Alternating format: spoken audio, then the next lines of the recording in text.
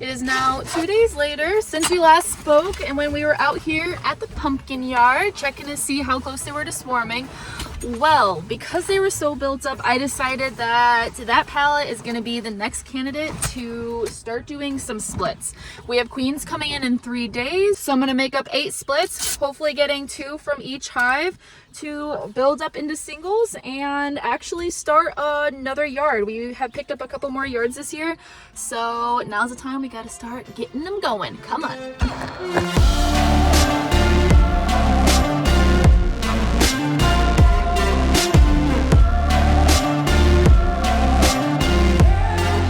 All right, so the plan is to take 2 capped brood frames from each hive and 2 random frames from each hive. I currently have 8 frames per box because I do have 2-gallon feeders in them. So that will allow me to then drop down a box and put them back into just a double stack. So they're still going to be booming, but they won't be on the verge of swarming like they are right now. So let the fun begin. So in all honesty, I think Casey and I truly underestimated how quickly we were going to be able to grow this year. When we came out of winter, I was feeling a little defeated, considering that only 45% of our hives actually made it out of the winter. So I was kind of looking at it as, okay, we're kind of set behind now, so we're going to have to rebuild again, which is what we really focused on last year, was just trying to build up as many hives as we could and as much comb as we could. But then once these pallets came in from California, I am starting to realize we have way more on our hands than what we even thought. Like I've said many times before, drawn comb is truly gold. If you have drawn comb, that literally speeds your bees up so crazy fast. Like, we're struggling to keep up right now while also still working full-time jobs. So we picked up a couple other yards this year. One of the big learning lessons last year was that we had way too many bees in one location, and that was a huge problem. So I think that's also something that we're seeing right now, is since we have them all spread out amongst 5 different yards, that we're actually able to have them build up properly, and they're not robbing each other, and they have enough room to do everything that they need to do. Now, at the rate we're going right now, yeah, we're probably going to need to find some more locations. Right now we're looking at maybe having 20 pallets filled by the end of the year, which would be amazing if we could send those out to California. So we'll see how that ends up going. But it truly kind of makes me shake my head and kind of laugh at myself, because my personality type is somebody that always just wants to push constantly. And I'm always trying to think of new ways to do things, trying to innovate, think of new ideas.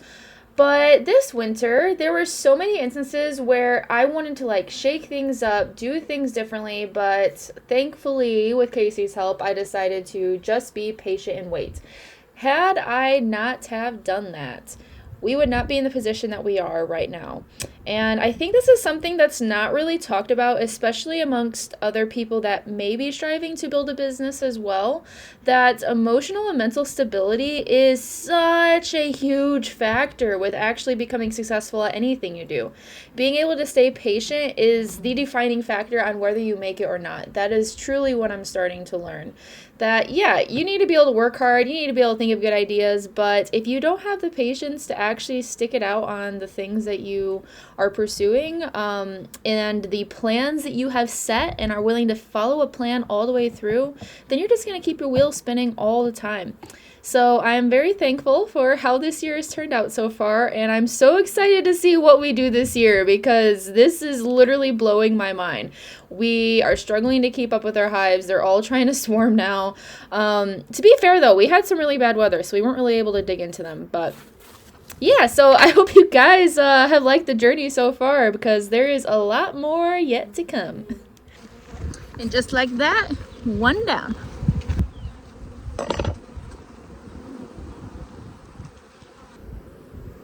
So with the style of split that I'm doing, as you guys heard, I'm not doing walkaway splits, and in fact, I'm not really a huge fan of walkaway splits anymore.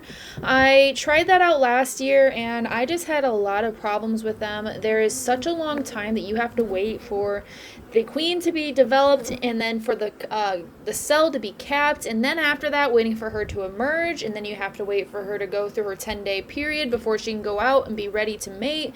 Then you have to wait for her to come back from her mating flight, and then you got to wait for her to start laying again. When it's all said and done, that can be from 4 to 6 weeks. Now, a hive that is absolutely booming like this, I have noticed that they will bring their queens back much faster than just a little walkaway split that you do. They need a queen ASAP, especially when they're this big, and when there's so many of them, I think that they just collectively know that, hey, we're not messing around, we're getting her done. And the bees have a way of heating up the queen. This is something that Casey has noticed in all of his queen breeding, which we will talk more about that soon, so stay tuned for more queen breeding videos. But he's always noticed that the bees, they can warm up the cell to kind of like help her develop as fast as possible and get her out a little bit sooner. Now, it's not a whole lot sooner, just a little bit sooner, but still, they will try their best to bring her back. But anyways, kind of a little tangent there. The reason I don't like walkaway splits is in Michigan, that is a long time to go without a queen, and that hive can't really do anything about growing. Instead, they're just going to be getting smaller and smaller and smaller, and by the time they do have a queen, a lot of their bees are about to die, and so now she has to start off a colony with a very tiny population size.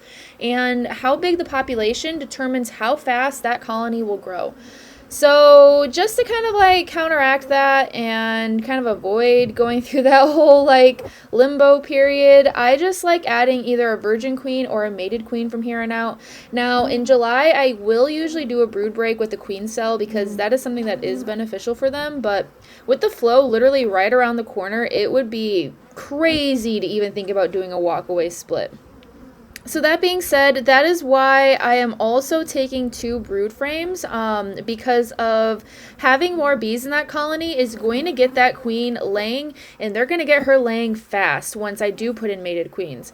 And on top of that, if she already has a large population, she is going to lay up a storm. So it's going to grow so fast. So 2 frames of brood, I believe you get like 3 seams of bees for every frame that you put in there, and these are going to be 8 frames in one single.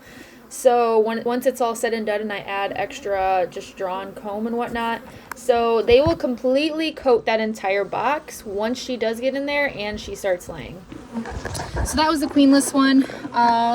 All of their queen cells were conveniently on their best brood frames, capped brood frames, and I did not want to take those. So I guess I'll just try to find 1 brood frame from a different hive if there is excess. But 2 down, 2 more to go. So let me just say one more thing for clarification for those who will be making splits this upcoming spring. The reason why I am not taking any open brood is because I don't want the hive to have to struggle to feed open brood. That is why I'm only taking capped brood, because larva still has to be fed by those bees. That's still going to require workers, a really strong worker force for that, and it's going to require quite a bit of resources as well. Now, if you were doing a walkaway split, then yes, of course, you're going to want to have larva and eggs in there, but this is also why I don't like walkaway splits, because you're really kind of setting them back, because not only do they have to make a queen, but now they have to feed all of this larva as well. Whereas if you were just to give them capped brood, those are going to come out and they're just all going to be buzzing around like, hey, what do we do? What do we do? What do we do? And as soon as you give them a queen, they are going to get her to lay so fast because they know there's a gap in their bee cycle in the hive for bees that are going to be of different ages. Oh yeah, I've already pulled out 4 fully capped brood frames that look like this. You can't really tell, but this hive is definitely in stage 2. If I was not pulling frames right now, they would be gone in a week, I guarantee it. Holy smokes, it is a really good thing I split that hive because it literally had 10 frames of capped brood. But that's a good queen. She didn't want to swarm yet. I like.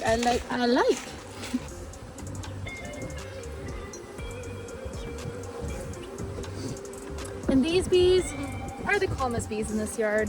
They just look so nice and docile. Like, look at this. When you open a hive and they're just all chilling like this, they're just like, ah, whatever.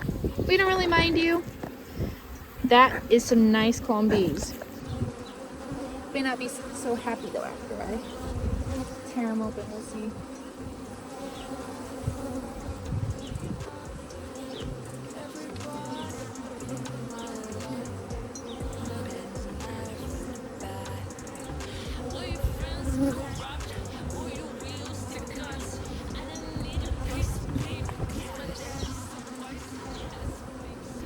All right, now we're back down just to double boxes. So I'm going to load these into my car accordingly because I want to make sure I know which hive each nuke came from. And the reason why is because just in case I did end up taking a queen, I checked really well, but y'all know how it is. Queens like to hide in between bees so that you don't see them. So I'm gonna try to keep them in order so that I know what is what. And then I always work my pallets so that I start on the left side and then I go back and I just go in that motion, in a clockwise motion. So, all right, let's go meet up with Casey so we can start setting up the hunting yard. Dang, that actually made pretty good time. Only took around 45 minutes.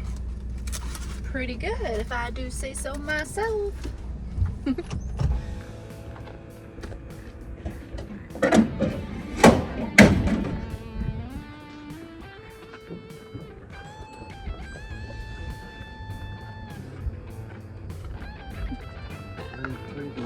Designing your chicken coop for the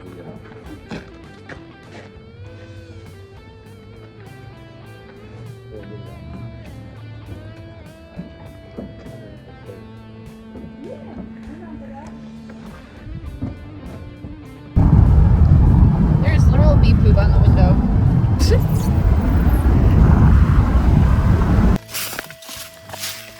All right. You can hear the frogs. No, it's springtime. All right. Do you want to take the ones from the farthest or closest first? Closest? Okay. All right. I'm gonna need both hands. Clearly, somebody has muscles. He's carrying them both at the same time. All right. We also need a deep box. All right, ground zero. What it looks like before there's hives.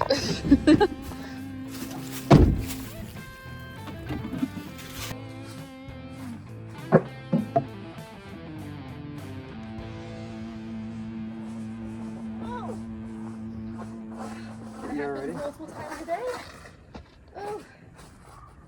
I think I'm already on my 20. No, that wasn't a bee. That was me Oh, it's breeding. Yeah. That's funny. No, I didn't get stung. That would have been better than this.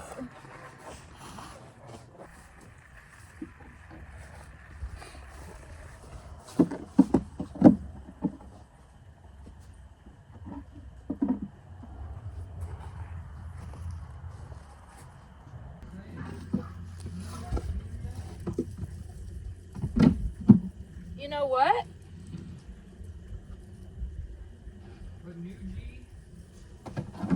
New G? Yeah, New G. What are you talking about? That's what I've named OG's daughter, New G. New G? New G. We can call her New G. But you say it really fast like New G. New G. Yeah, it kind of sounds like Japanese or something. I like that. I'm cool with that. So New G is actually gorgeous. Is she? I wanted to take a picture of her, but I didn't want to go get my phone and risk fucking with her, so I found her.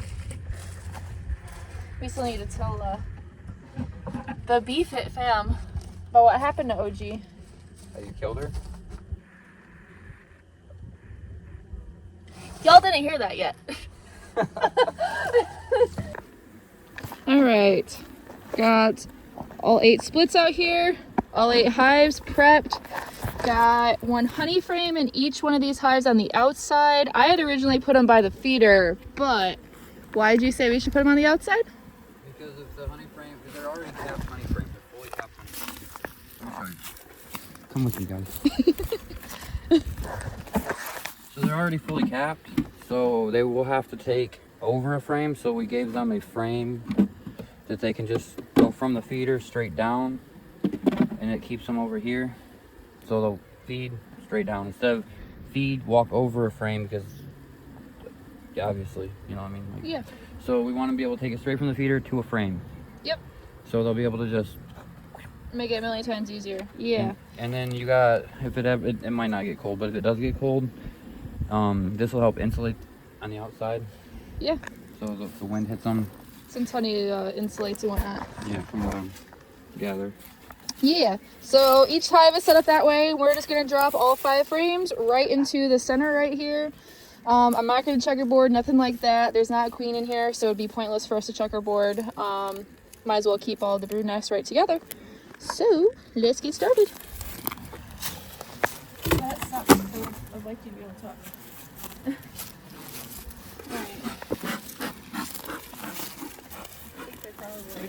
I don't know if you're gonna really smoke's really gonna help them very much because they're already riled up. Well, honestly, just to keep them from flying. you're probably not gonna get them to go back down in there.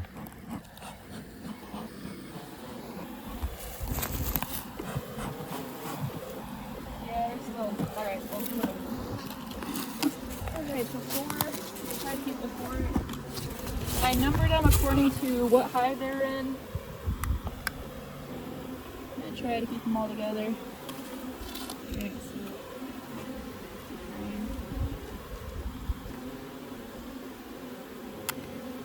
Gosh, a lot of bees feel like they're really flew out.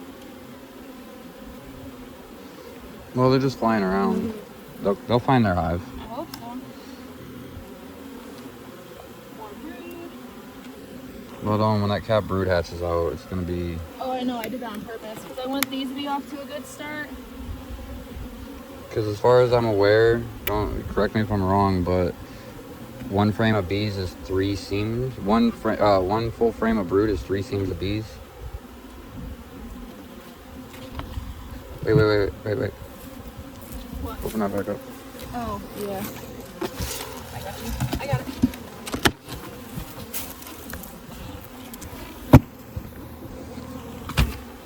There was way more bees in these nucs. I swear there were.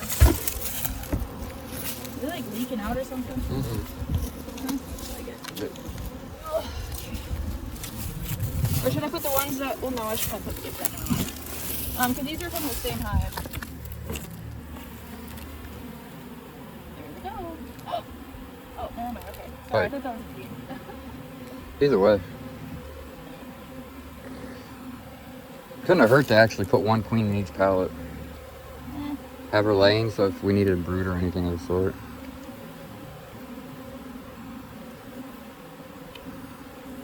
Oh, I'm so shadowing this video. Huh? I was standing in the shadow of the video.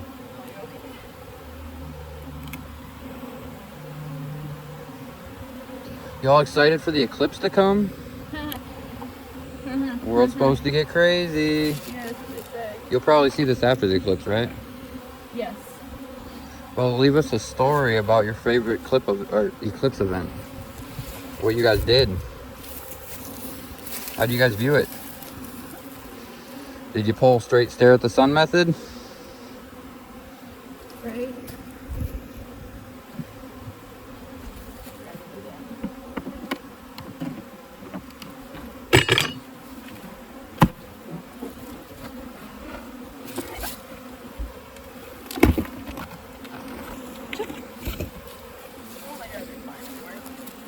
Please go back to your hive.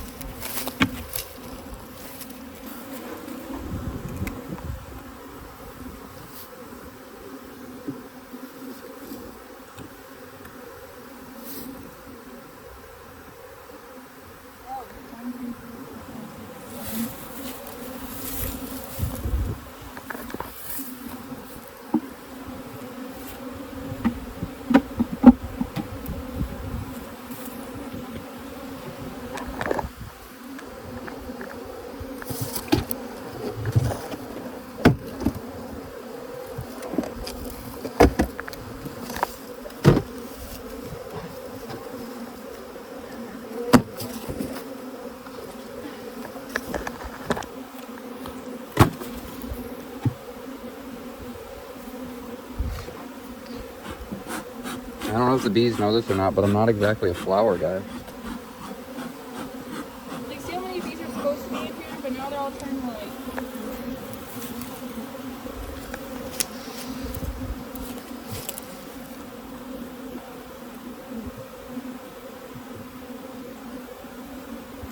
And this is why we always say that when you have bees locked in a nuke, let them orientate to their location first before you do this. See how there's bees flying everywhere and they don't even know where they're supposed to go.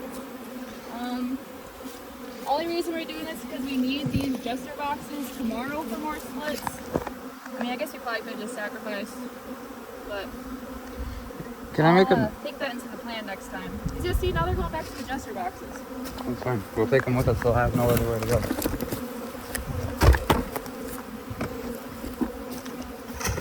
Can I make a point here, guys? Yeah.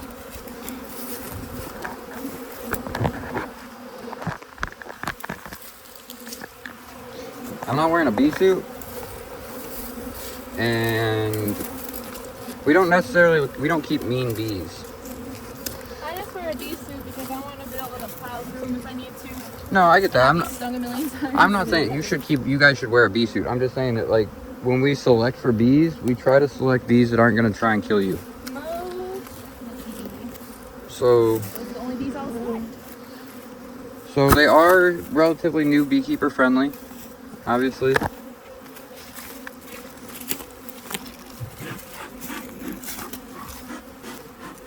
you don't even know where to go. They'll find it. Like, they'll figure it out.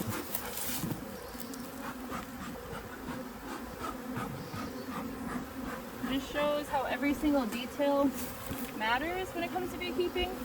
I've definitely been learning that when you think you have all the plan figured out to every detail, then you forget one little tiny thing and you're like, oh shoot, I didn't think of that. That would be this situation right now. Alright, so that's ish.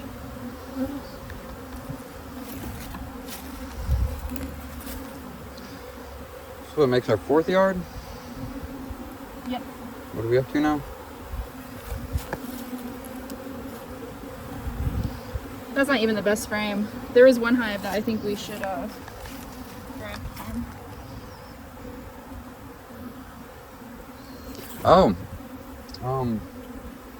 And we'll be chronicling my queen journey this year, so there will be a lot of queen videos.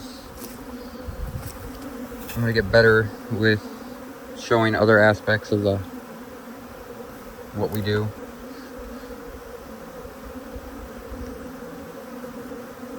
You guys can watch me ninja graft. And by that I mean as quick as possible without any disruption.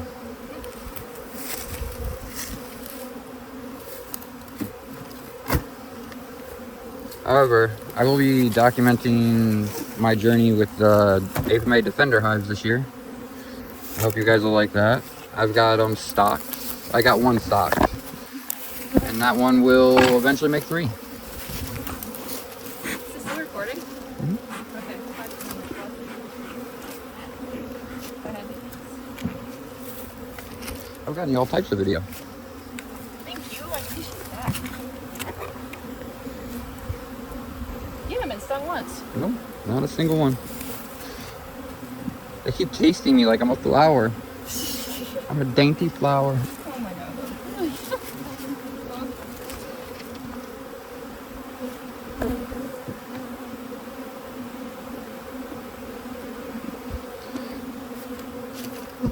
I recommend in situations like this to just start flailing and swatting as much as possible. I'm kidding, don't do that. You know how bees like it when you swat. Oh, this was from the one that was trying to swarm. This must be number 2. Ever tell you guys I'm afraid of bees? Like I'm absolutely just terrified of them. I'm petrified. Oh my god, lines are wide. Okay, so let's talk about that. Let's go on a tangent real quick. Jester boxes collect water right here. Yeah, they do, and it's Like annoying. right on these rims. I'm not saying it's a bad or a good thing, but since she mentioned it, I might as well show it to you guys. But in the corrugation right here, they will collect water. Even if they're shut. I don't know why they do it when they're shut or how it gets in there. It just does.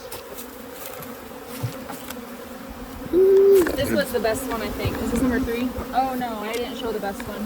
Number 3 was a good one though. This one had a lot of brood. And a stupid amount of bees. If I can get it out. Come on. Also, another thing about the Jester boxes, sometimes the frames like to fall. Yeah, they do.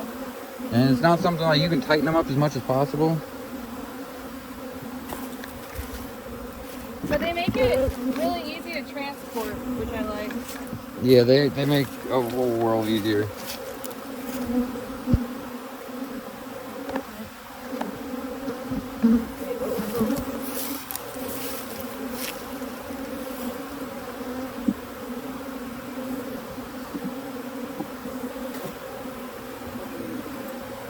Ugh, my back. Getting sore.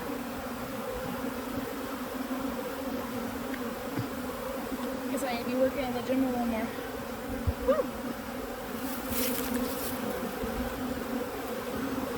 There were 10 frames that looked like that in that hive. It's a good thing I split them. And I did. The ones that came back, they came back fierce. So I guess I should say, for those people who when they buy a nuke and they come home and they just want to like put it straight in their hives and they're like, oh my gosh, the bees were so aggressive. Do you see what's going on? Also, there's a difference between however, there's also a difference between aggressive. For example, I'm standing out here just brushing them out of my hair,